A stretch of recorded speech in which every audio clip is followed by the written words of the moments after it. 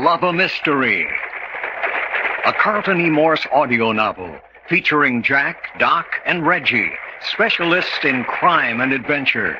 Now following the northwest trail of a missing millionaire, a killer cougar, and the Phantom Castle.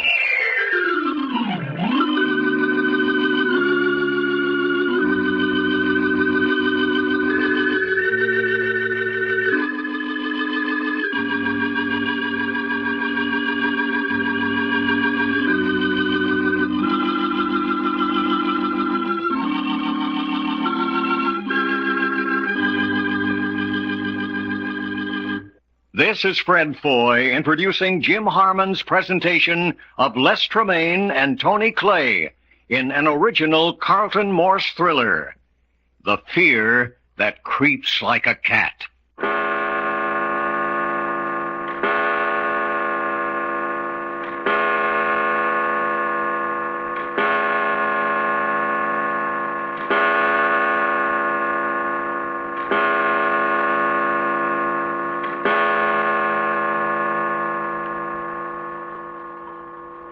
7 o'clock in the morning at Port Forest, a tiny lumber milling hamlet somewhere up the coast from Seattle near the Canadian border. Jack, Doc, and Reggie's search for the missing man, declared by his estate to be dead, is being hampered on every hand by a well-organized gang of men and women. The three comrades have fought their way up the coast to Port Forest, the only settlement within 100 miles in any direction and approachable only by water. Their only allies in this isolated settlement are Frenchie, who brought them here in his fishing launch, and his daughter Maria. Frenchie told the trio to meet him at the general store. Here she come now, boy. How there, fellows? Well, here we are, Frenchie. Where Maria? She do not come? No. She said she'd stay on the launch. Oh, she mighty fine girl, that Maria. Oh, Bull, those fellows I would tell you about. This one, she's Packard, Jacques Packard. How are you, Bull? Any friend of Frenchie's is a friend of mine. Thank you. This here, she Doc Long. And welcome you are. Mighty done nice of you to say so, Bull, old fella. And this here's Reggie York. Hey, now, wait a minute, no. Who doing this, you or me? Sorry, friend. You betcha. Bull, white-haired kid, she is Reggie York. How do you do, Bull? Well, Sonny, quite a lad you are, too. And that one, she got muscles. Bull, look out for her. Well, what about it, boys? For you like a little nip? Oh, I'm afraid not, Bull. A little too early in the morning. Early in the morning, late at night, it's good whiskey. That's right, Frenchie, huh? You betcha my life. Oh, I haven't any doubt of that. But right now, Bull, I'm trying to get some information. Well, you came to the right place, my boy. Nothing that's ever happened in Port Forest, or nothing that's going to happen, gets away from Bull McGinnis. I know every man, woman, and child in these woods for 50 miles around. Well, then you're just the man we want to talk to. And what is it you'd be wanting? Here, set yourselves up on the counter and be comfortable. Yeah, thanks. Do you keep an account book of the sales in your store? Carrie does. Who's Carrie? Carrie's me wife. And be careful how you speak her name, or you'll have her down on us mopping broom handle. She nothing to laugh at, that Carrie. She one holy terror. Hey, you talk about Bull's wife here like that? Carrie's as fine a set of a woman as ever wore a skirt. But I will admit a little might handy with a broom handle. Bless her cantankerous soul. I say. Well, look, Bull, I'm very anxious to get a look at those books. You ain't got a Chinaman's chance, my boy. Why not? Carrie just won't have it. Couldn't you get them for us without her knowing it? Oh, by God, you ask Bull to put his head in the lion's mouth. You ask him to face Carrie McGinnis? Hey, she ain't as bad as that. Not a chance, me lad, not a chance. Well, now, how about telling us where they are and let us take care of getting them? What I tell you, Bull, these boys, she is not afraid of anything. Hey, looky, Jack. Bull here says he knows everything that's going on around here. Maybe he could tell us what we want to know about looking at the books. Maybe so. How about it, Bull? Do you remember making any large sales of groceries and supplies during the past 6 months? Well, lots of them. But I mean really big orders. Perhaps even 6 months' rations. There's nothing out of the usual. Prospectors, trappers, all sorts of folks living off from Port Forest get their stuff here. Only place they can get it. I say, this isn't going to be as easy as we thought. Well, I guess that's that. Oh, wait a minute. You say you know everyone up in these parts? I pride myself on it. Well, do you recall any stranger laying in heavy supplies? Why, no, I can't say that I have. Oh, McGinnis! Oh, there she blows. Oh, we're sunk. All hands and the captain.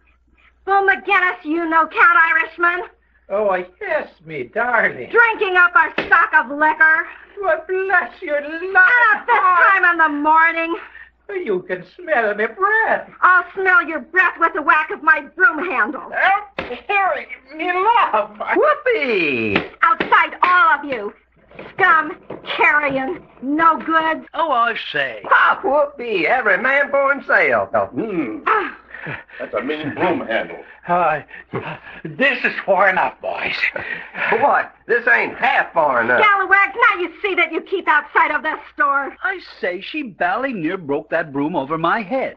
That's a pretty poor footwork, Reggie. Man, what a woman. Where did Frenchie go? He kept running.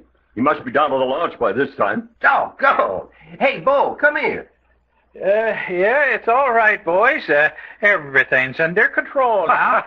Boy, when your little old wife goes to work, she means business, don't she? Best temper I've seen her in a week. I only got one black eye. Yeah, you usually get two? Yeah, but what's it all about, Bull? What do we do to make her so angry?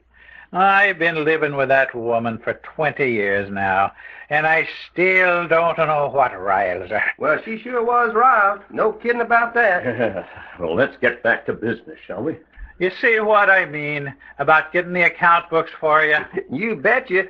And we don't blame you none either. Hasn't there anything happened that you thought was queer? Hey, wait a minute. Hey, you got something? Wait a minute now. Now, about 3 months ago... Yes?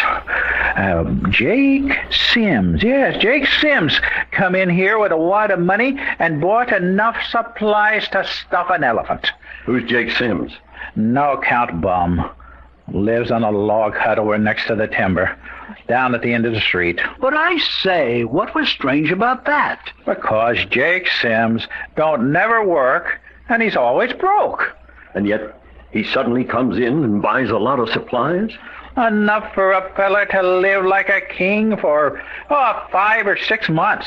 He bought them for himself? That's just it. Them supplies melted away. After he bought them, he went on a week's drunk, and since then he's been begging meals around just like he used to. In other words, he bought the supplies for someone else and got drunk on the money paid him for doing it. Well, that's the way I figure it, yeah. Bull, where can we find Jake Sims now? Up at his place. He never gets up before noon. Well, just where is it? Well, not far. Just go to the end of the street here. Over across that stoppage, you'll see a log hut. And that's it. Thanks, Bull. If you see Frenchie again, tell him we'll be back at the launch in half an hour or so. Yeah, stop by the store on your way back. I'd like to buy you a drink. With Mother McGinnis and a broom standing by? Not me, fella. Wish you take it too much to heart. Carries the soul of hospitality. Well, she sure got a funny way of showing it. Shall we go, Jack? Yeah, just a minute. Whoa. Have you noticed any strangers in Port Forest the last day or so? Nope, I can't say I have. That is, except them show folks. Show folks? Yeah, they're going to put on a show down at the town hall next week. Couple of women. Half a dozen actor fellas. They're staying down at the King Charles Hotel. Thanks. We'll be seeing you later, Bull. Well, don't forget to stop by on your way back. I say, Jack, actors up here? I suppose it's possible. It might be possible, but I'll bet money they're not. It's Cooper and his gang just as sure as shooting fish. We'll have a look as soon as we talk to Jake Sims. Well, here we are at the end of the street. Some street, just one good block long, and weeds are growing up in the middle of it. There's a log hut. Huh? Where? Over there, where the timber line begins? I say, this path looks like it might lead over to... Okay, let's go. Man, will you look at them stumps? There's sure been some big trees cut down around here. Mm-hmm. And all going to waste. Mm-hmm. Yes, sir, some mighty good burning wood for somebody's fireplace. Look at that. Everywhere. Wood to burn, huh, Doc?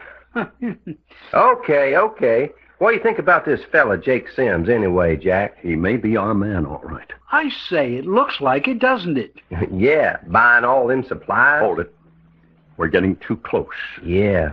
Jove, what a pigsty. Darned if Jake Sims ain't white trash of the worst sort. What'd you expect? Bull said he was drunk all the time. Yeah, all this pretty country and a fella has to come along and make this kind of a stinkhole in it. Well, let's see if he's in. Hey, Jake. Jake Sims. Probably sleeping off a binge. Why didn't we just bust in? Might as well. There's no lock on the door. Oh, push her open. Is he in there? Can't see him. We're this far. Let's go on in. Sure. Doesn't seem to be... Jack, look there behind the bed. Oh, I say. Quick, move the bed away. That's enough. Too late. He's dead. Stabbed in the back with a Bowie knife. Ghastly. Well, there's one thing. We were on the right track. But the Cooper gang got here ahead of us.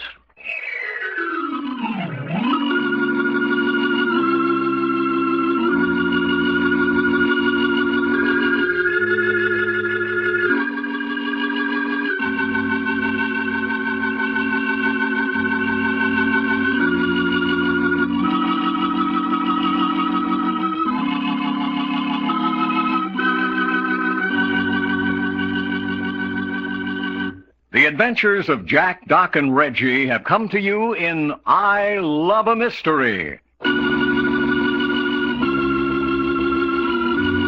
Created and written by Carlton E. Morse. Scripts copyrighted by Morsel Co. Incorporated. Produced and directed by story editor Jim Harmon. Featuring Les Tremaine as Jack Packard and Tony Clay as Doc Long. Consultants Frank Brzee and David Lloyd. Your announcer, Fred Foy. This presentation has come from Hollywood.